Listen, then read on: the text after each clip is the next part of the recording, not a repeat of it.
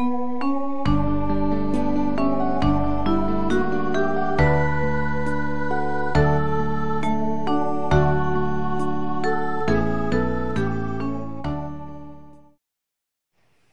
teman-teman, Assalamualaikum warahmatullahi wabarakatuh.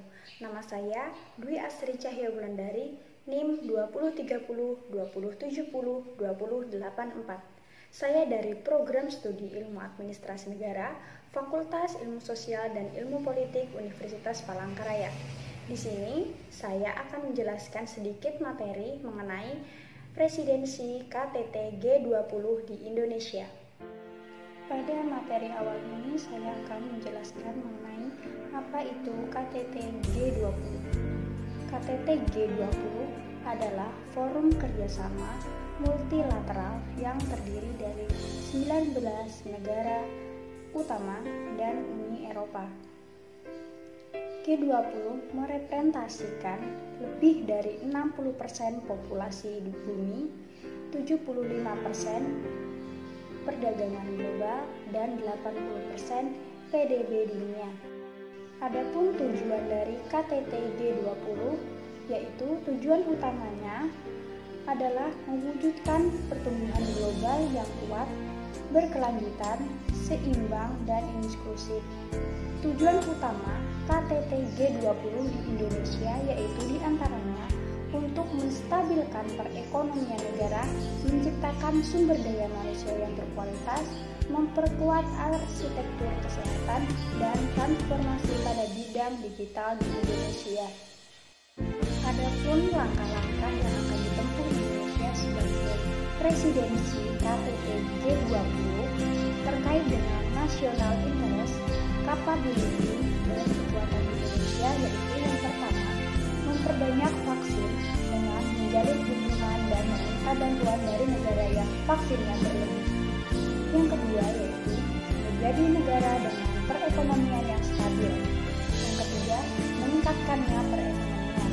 Yang keempat, menjadi negara dengan pertahanan kesehatan yang unggul. Yang kelima, mengutarakan kemampuan dan keunggulan wanita. Yang terakhir yaitu menciptakan sumber manusia yang unggul dan berkomitmen. Adapun tokoh-tokoh yang berperan dalam mensukseskan KTT G20 di Indonesia, yang pertama yaitu ada staf ahli bidang konektivitas pengembangan jasa dan SDA Kementerian Koordinator Bidang Perekonomian CO Serpa G20 di Indonesia, Dr. Raden Edi Priyo Pambudi, SEMA. Beliau mengatakan bahwa salah satu isu yang dibahas dalam Ministerial Conference of Women's Empowerment tahun 2021 adalah peran perempuan dalam kewirausahaan UKM di masa digitalis. Indonesia harus mengambil kesempatan ini untuk meningkatkan kapasitas perempuan agar turut berkontribusi dalam memulihkan perekonomian melalui usaha keluarga. Dengan lebih dari 133 juta perempuan di Indonesia menjadi modal sumber daya manusia yang besar untuk menggerakkan sektor produktif. Yang selanjutnya yaitu ada Deputi Bidang Kesetaraan Gender Kementerian P3A Leni Rosalin SEMSC MFIM. Beliau mengatakan bahwa Indonesia akan terus memperkuat komitmen untuk memastikan pelaksanaan pengurusan gender, perlindungan hak perempuan, pemberdayaan perempuan baik itu tingkat nasional maupun global. Kami akan terus mengawasi isu-isu ini, bagaimana mengurangi kesenjangan gender di beberapa bidang pembangunan. Kita juga siap untuk menyusun kebijakan dalam program-program yang tentunya untuk menutup kesenjangan gender secara menyeluruh, ungkapnya. Yang selanjutnya ada Presiden Direktur dan CEO XL Axiata, Dian Siswarini.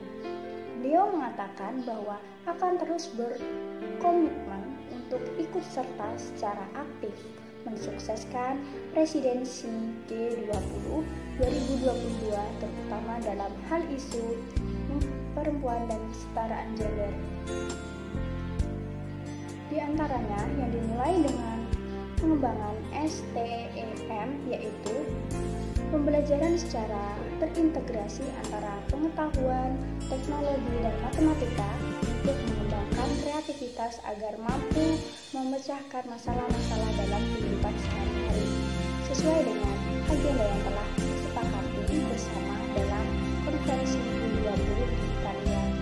Adapun tokoh-tokoh lain yang ikut mensukseskan G20 di Indonesia yaitu yang pertama ada Direktur dan Chef Strategi Transformation and Information Officer XL Asiata Yeside Yosefia, dan yang terakhir yaitu Ketua Hadriani Uli Silanati.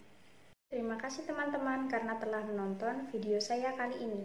Saya harap video saya kali ini akan membawa manfaat bagi kita semua. Terima kasih untuk perhatiannya dan Assalamualaikum warahmatullahi wabarakatuh.